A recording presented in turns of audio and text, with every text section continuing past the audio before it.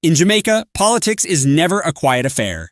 With the next general election due in 2025, the familiar tit-for-tat between supporters of the two major political parties, JLP and PNP, has already begun to heat up. As always, each side is eager to point fingers and argue their case.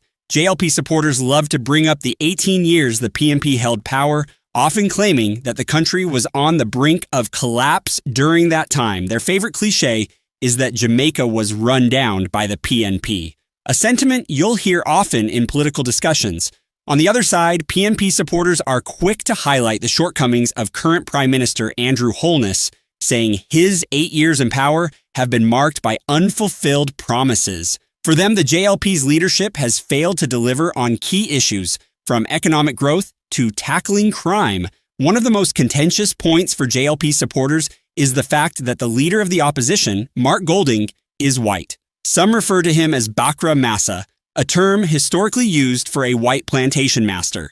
This irony isn't lost on PNP supporters, who are quick to remind the JLP that their beloved former Prime Minister, Edward Saiaga, was also a white man of Lebanese descent, born in Massachusetts. The debates don't stop there.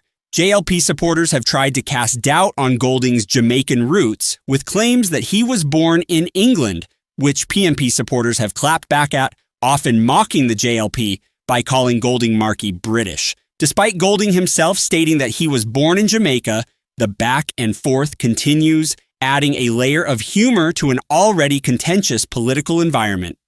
Despite the fierce rivalry between the two parties, the debates are about more than just colors. Green for the JLP and orange for the PNP, a shift from the original red.